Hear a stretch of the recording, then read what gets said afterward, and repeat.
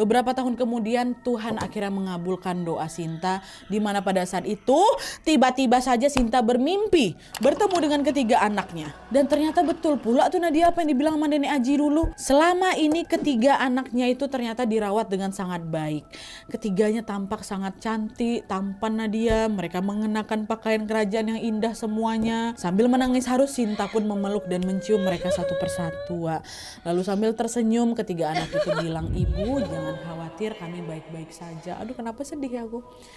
"Jangan khawatir, kami baik-baik saja. Kami juga sering datang mengunjungi ibu, hanya saja ibu tidak bisa melihat kami. Kami tidak pernah meninggalkan ibu karena kami sangat menyayangi ibu. Hiduplah dengan baik ya Bu, jangan lupa beribadah dan mohon untuk selalu mendoakan kami anak-anak ibu." Sedih. Itu katanya dalam mimpi Sinta tuh. Gimana lah perasaan Sinta habis itu ya Allah. Oke itu jadi kisah tentang keluarga goib yang dialami Sinta dan Mita. Epic kali kan Mita punya kakak goib, Sinta punya 3 anak goib, dan Wawak KW 119 tuh punya kembaran goib. Dan yang membuat kisah ini tuh menarik kali buat aku dan tim secara pribadi nih ya, seperti yang aku bilang tadi, kisah ini tuh berkaitan dengan sejarah dan legenda Kalimantan Selatan. Bahkan Putri, salah satu Wawak kita yang cerita tentang asal-usul Putri Junjung Buhi asal Kalimantan ini juga bilang kalau memang di sana tuh kejadian kayak gini sering terjadi kok Nat. Banyak kok calon ibu yang melahirkan tiba-tiba anaknya hilang. Ada ibu hamil tiba-tiba perutnya kempes gitu, sering. Tapi ada juga nih Wak yang bilang kalau tidak semua bayi-bayi itu dibawa ke alam gaib oleh keluarga kerajaan ini nih Wak ya.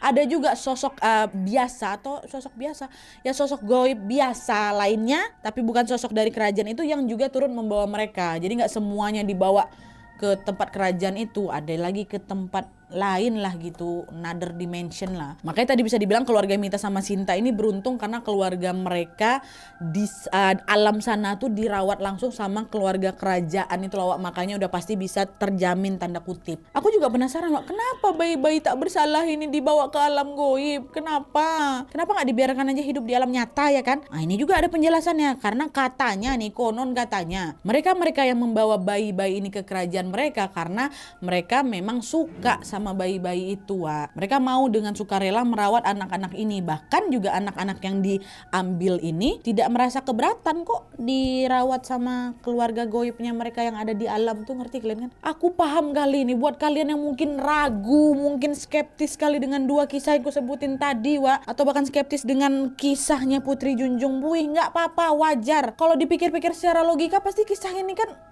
terdengar macam nggak masuk akal, mental semua nih buat kalian yang skeptis kan. Apalagi bagi kita semua nih sebagai orang awam atau bahkan kita yang tidak punya kemampuan untuk merasakan apa-apa macam orang-orang IndiHome itu, pasti ngerasa masa sih?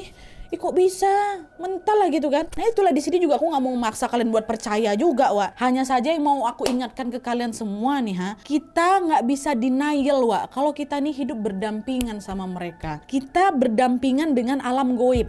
Bahkan alam goib ini kan juga menjadi salah satu bukti dari maha besarnya Allah sebagai zat yang menciptakannya kan. Allah aja goib. Jadi wajar memang kalau misalnya diantara kalian ada yang nggak percaya sama kisah ini, yang ragu dengan kisah-kisahnya apa segala macam, wajar kali. Memang nggak masuk mungkin di pikiran kalian, tapi nggak tahu nanti kalau misalnya kalian sendiri yang ngalamin ya. Udah didengar aja, disimpan aja di sini. Wawak hanya ingin berbagi cerita, kita dengar. Ambil yang baik, buang yang buruk. Sesimpel itu aja Wak ya. Dan sekali lagi untuk kisah Putri Junjung Buhi ini, aku juga mau menekankan bahwa kisah tersebut memang ada dan juga menjadi cerita rakyat bagi masyarakat Kalimantan Selatan Wak. Jadi sudah pasti cerita ini memuat nilai historis yang sangat besar kan? Oleh karena itu sudah sepantasnya juga kita untuk saling menghargai sejarah dan juga kebudayaan mereka.